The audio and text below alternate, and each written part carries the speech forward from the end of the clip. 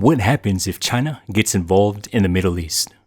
What if the next major shift in global power doesn't come from the West, but from China stepping into the Middle East? 当前中东的战火仍在蔓延外溢，如果战事持续扩大，局势再度升级，整个地区将陷入不可收拾的局面。武力只会导致恶性循环。中方强烈呼吁当事方立即停止军事行动，回归对话谈判，不要让这场本就不该开始的战争再继续下去。 Right now, most people still see the US as the dominant force in the region. But behind the scenes, something is changing. And if China gets more involved, it could reshape global trade, energy, and even balance of power. For decades, the Middle East has been heavily influenced by the United States militarily, politically, and economically. But in recent years, China has been quietly expanding its presence. Not with troops, but with money, trade, and infrastructure.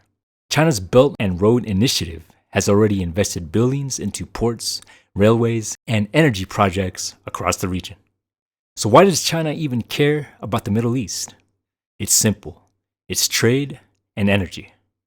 China is the world's largest importer of oil, and a huge portion of that oil comes from the Middle East. If anything disrupts that supply, China's entire economy feels it. So from China's perspective, being involved isn't optional, it's strategic. But here's the interesting part. China doesn't operate like the US.